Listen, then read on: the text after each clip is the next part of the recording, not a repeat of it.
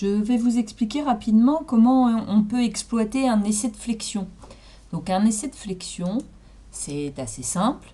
C'est une poutre qu'on va venir poser sur deux appuis et sur laquelle on va venir appliquer des efforts de façon à la mettre en flexion.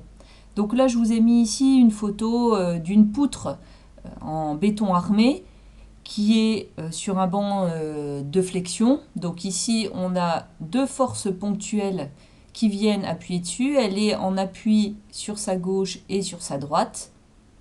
Et voilà, donc ça a déformé. Là, on l'a mené jusqu'à la rupture. Nous, on va travailler là plutôt dans cette vidéo sur une poutre en acier qui est constituée d'un profil creux rectangulaire et qui est donc soumise à un essai de flexion 4 points. Donc 4 points, le premier, le deuxième, le troisième, le quatrième.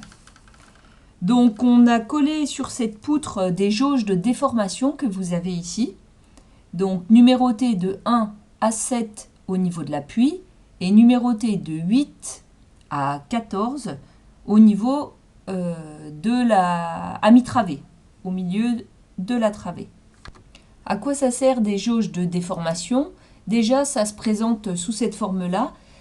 Quand on utilise une jauge uniaxiale, ce sont en réalité des spires qui sont rapprochées, qui vont nous permettre de traduire la déformation de la poutre. Donc uniquement dans un axe, c'est-à-dire l'axe ici horizontal parce qu'on les a collées dans ce sens-là. Elles sont reliées à une centrale d'acquisition qui nous permettra de faire les relevés.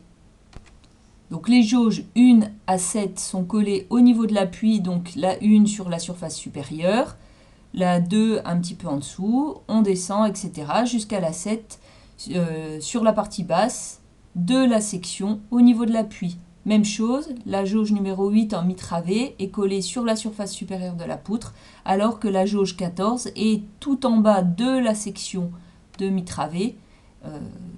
Voilà.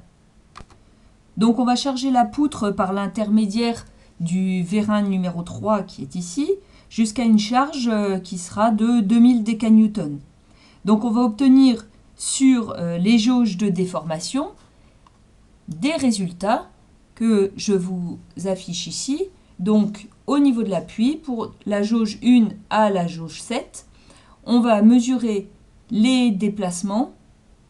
Donc moins 0,2 mm pour la jauge qui est en haut, jusqu'à plus 0,23 mm sur la jauge qui est en bas. En ce qui concerne les déformations au niveau de la mi-travée, donc je vous les ai mis ici. Donc c'est là où on va avoir le plus de déformations quand on va être en flexion.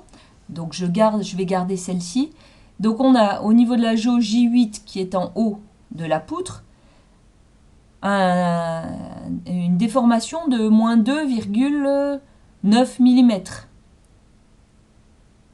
Et sur la jauge qui est tout en bas, plus 2,3 mm. Donc si on trace cela selon un axe, donc on reprend le X qu'on a l'habitude d'avoir à l'horizontale, le Y, l'axe vertical de la poutre, et je vais représenter ici les déformations qui sont au niveau de la mi-travée. Voilà, donc j'ai moins 2,861 donc au niveau de la partie supérieure, la jauge 8, et plus 2,304.